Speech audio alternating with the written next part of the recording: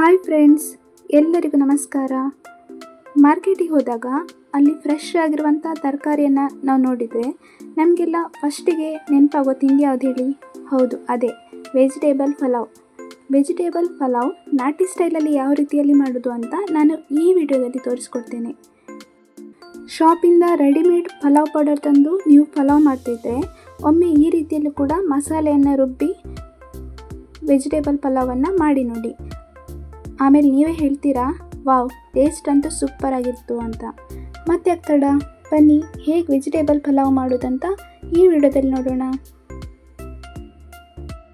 ಮೊದಲಿಗೆ ನಾನಿಲ್ಲಿ ಮಸಾಲೆ ರೆಡಿ ಮಾಡಲಿಕ್ಕೆ ಒಂದು ಮಿಕ್ಸಿ ಜಾರಿಗೆ ಸ್ವಲ್ಪ ಕೊತ್ತಂಬರಿ ಸೊಪ್ಪು ಹಾಕೊಂಡಿದ್ದೀನಿ.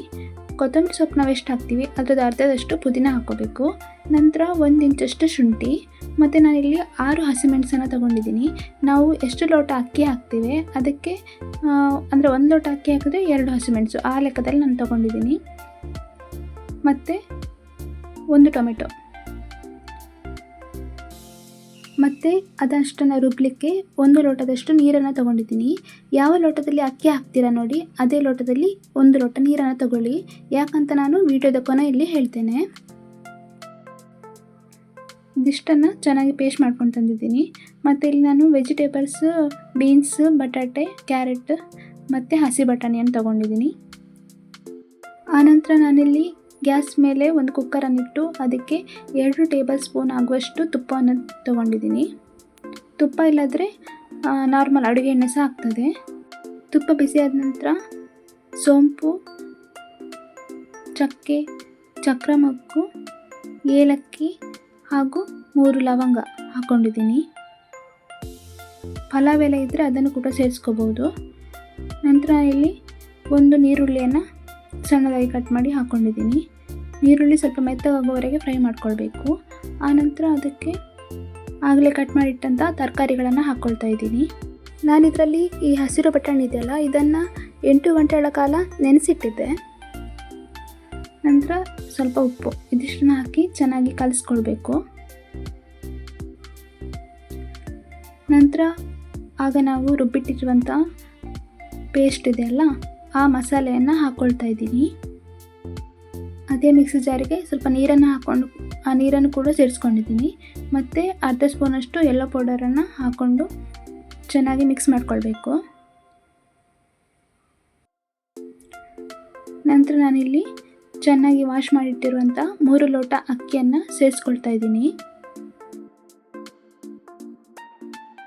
ಯಾವಾಗಲೂ ಪಲಾವ್ ಎಲ್ಲ ಮಾಡಬೇಕಾದ್ರೆ 1 ಲೋಟ ಅಕ್ಕಿಗೆ 2 ಲೋಟ ನೀರು, ಆ ಪ್ರಮಾಣದಲ್ಲಿ ನಾವು ನೀರನ್ನು ಸೇರಿಸ್ಕೋಬೇಕು. ನಾನಲ್ಲಿ ಕೊತ್ತಂಬರಿ ಸೊಪ್ಪೆಲ್ಲ ಗ್ರೈಂಡ್ ಮಾಡುವಾಗ 1 ಲೋಟ ನೀರನ್ನು ಹಾಕಿದ್ದೆ. ಮತ್ತು ಮಿಕ್ಸಿ ಜಾರಿಗೆ 1 ಲೋಟ ನೀರನ್ನು ಹಾಕ್ಕೊಂಡಿದ್ದೆ. ಆ ಲೆಕ್ಕದಲ್ಲಿ ನಾನು ಇಲ್ಲಿ 3 ಲೋಟ ಅಕ್ಕಿಗೆ 6 ಲೋಟ ನೀರಲ್ವಾ, ಅದು 2 ಲೋಟ ಮೈನಸ್ ಆಯಿತು. ಮತ್ತು ಉಳಿದಿರೋ 4 ಲೋಟ ನೀರನ್ನು ಈಗ ಸೇರಿಸ್ಕೊಳ್ತೇನೆ. ನಾನು ಈ ಲೋಟದಲ್ಲಿ 3 ಲೋಟ ಅಕ್ಕಿಯನ್ನು ತೊಗೊಂಡಿದ್ದು, ಸೊ 6 ಲೋಟ ನೀರು. ಉಳಿದಿರುವ 4 ಲೋಟ ನೀರನ್ನು ಈಗ ಹಾಕ್ಕೊಂಡಿದ್ದೀನಿ. ನೀರೆಲ್ಲ ಹಾಕಿ ಆದ ನಂತರ ಚೆನ್ನಾಗಿ ಕಲಸಿ ಆನಂತರ ಉಪ್ಪು ಖಾರ ಏನಾದರೂ ಸೇರಿಸ್ಕೋಬೇಕಾದ್ರೆ ಈ ಟೈಮಲ್ಲಿ ಸೇರಿಸ್ಕೋಬೇಕು. ಇಲ್ಲಿ ನಾವು ಏನು ಗಮನದಲ್ಲಿ ಇಟ್ಕೊಬೇಕಂದ್ರೆ, ನಾವಿಲ್ಲಿ ಉಪ್ಪನ್ನು ಟೇಸ್ಟ್ ಮಾಡಬೇಕಾದ್ರೆ ನಮಗೆ ಉಪ್ಪು ಸರಿಯಾಗಿದೆ ಅಂತ ಅನಿಸುತ್ತಲ್ವ, ಅದಕ್ಕಿಂತಲೂ ಸ್ವಲ್ಪ ಹೆಚ್ಚೇ ಉಪ್ಪನ್ನು ಹಾಕ್ಕೊಬೇಕು.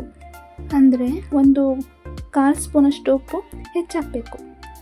ಉಪ್ಪು ಸರಿಯಾಗಿದೆ ಅಂತ ಆದರೂ ಕೂಡ 1/4 ಸ್ಪೂನ್ ಉಪ್ಪು ಹೆಚ್ಚಾಕಿದ್ರೆ ಬೆಂದಾದ ನಂತರ ಅದು ಉಪ್ಪು ಸರಿಯಾಗಿರ್ತದೆ. ಹಾಗೂ ಉಪ್ಪು ಹೆಚ್ಚು ಕಮ್ಮಿ ಆದರೆ ಮೊಸರು ಬಜ್ಜಿ ಮಾಡ್ತೀವಲ್ಲ ಅದರಲ್ಲಿ ನಾವು ಅಡ್ಜಸ್ಟ್ ಮಾಡ್ಕೋಬೋದು. ನಾನು ಪಲಾವ್ಗೆ ಇಲ್ಲಿ ನಾರ್ಮಲ್ ಊಟ ಮಾಡ್ತೀವಲ್ಲ ಆ ಅಕ್ಕಿಯನ್ನು ತೊಗೊಂಡಿದ್ದೀನಿ. ಬಾಸ್ಮತಿ, ಸೋನಾ ಮಸೂರಿ ಆ ಅಕ್ಕಿ ಅಲ್ಲ, ಇದು ನಾರ್ಮಲ್ ಅಕ್ಕಿ. ಆದ್ದರಿಂದ ನಾನು 3 ವಿಷಲನ್ನು ಕೂಗಿಸ್ಕೊಂಡಿದ್ದೀನಿ.